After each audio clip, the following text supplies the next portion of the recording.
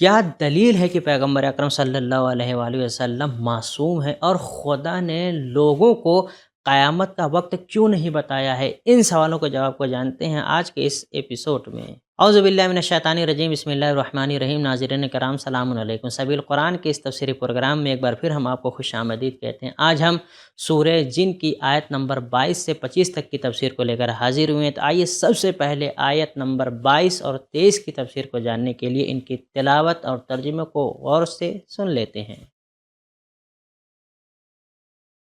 كتاب أنزلناه إليك مبارك ليدبروا آياته وليتذكر أولو الألباب بسم الله الرحمن الرحيم قل إني لن يجيرني من الله أحد ولن أجد من دونه ملتحدا إلا بلاغا من الله ورسالاته ومن يعص الله ورسوله فإن له نار جهنم خالدين فيها أبدا۔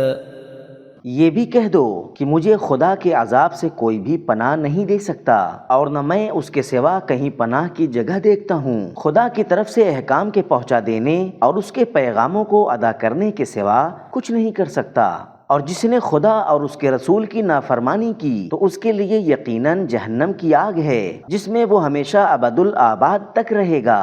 ناظرین، پروردگار عالم نے ان آیات میں اپنے بندگان کے لیے کچھ نکات رکھے ہوئے ہیں، ان نکات کو جان لیتے ہیں۔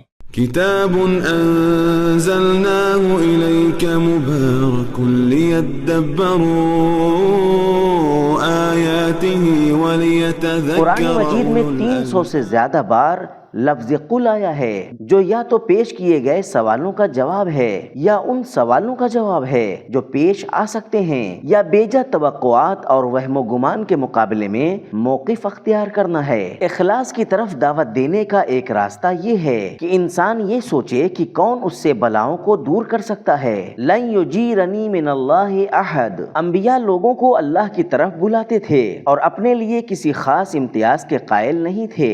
قل انما انا بشر مثلکم، سورہ کہف آیت نمبر 110۔ بے شک میں تمہارے جیسا ایک انسان ہوں۔ ما ادری ما یفعل بی، سورہ احقاف آیت نمبر 9۔ میں نہیں جانتا کہ میرے ساتھ کیا کیا جائے گا۔ لا اقول لکم عندی خزائن اللہ، سورہ انعام آیت نمبر 50۔ میرے پاس اللہ کے خزانے نہیں ہیں۔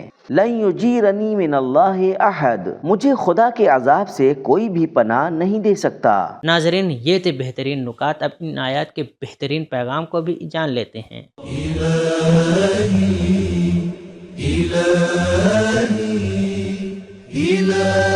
پیغام نمبر 1، اللہ کے قانون کے سامنے سب برابر ہیں اور کسی کو خاص حفاظت نہیں ہے۔ نمبر 2، میں نہ صرف تمہارے نفع اور نقصان کا مالک نہیں ہوں بلکہ خطرے کے وقت خود سے بلا دور کرنے کا مالک بھی نہیں ہوں۔ نمبر 3، پیغمبر صلی اللہ علیہ وآلہ وسلم بھی اگر مخالفت کریں تو وہ بھی اللہ کے قہر سے محفوظ نہیں ہیں۔ نمبر 4، اللہ کے قہر سے نجات پانے کا واحد راستہ اپنی ذمہ داری کو انجام دینا ہے۔ نمبر 5، پیغمبر صلی اللہ علیہ وآلہ وسلم معصوم ہیں کیونکہ ان کی مخالفت اللہ کی مخالفت کے ساتھ بیان ہوئی ہے۔ تو ناظرین، اب اس تفسیری سلسلے کو آگے بڑھانے کے لیے آیت نمبر 24 اور 25 کی تفسیر کو جاننے کے لیے سب سے پہلے ان کی تلاوت اور ترجمے کو غور سے سنتے ہیں۔ كتاب أنزلناه إليك مبارك ليدبروا آياته وليتذكر أولو الألباب بسم الله الرحمن الرحيم حتى إذا رأوا ما يوعدون فسيعلمون من أضعف ناصرا وأقل عددا قل إن أدري أقريب ما توعدون أم يجعل له ربي أمدا۔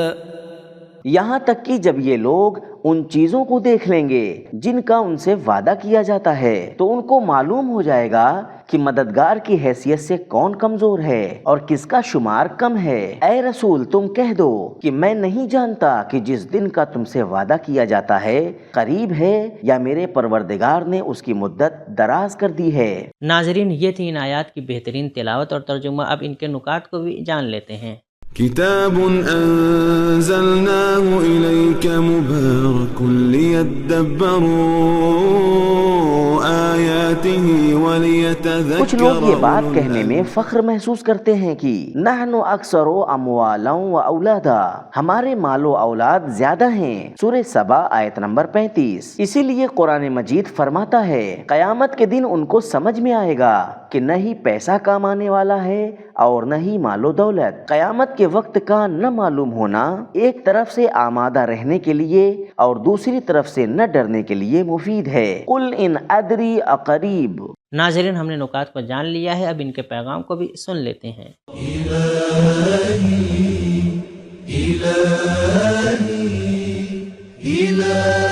پیغام نمبر 1، وقت گزرنے کے ساتھ ساتھ مسائل واضح اور روشن ہو جاتے ہیں۔ نمبر 2، قیامت کا دن انسان کی کمزوری اور ناتوانی اور اس کے تمام سہاروں کے ظاہر ہونے کا دن ہے۔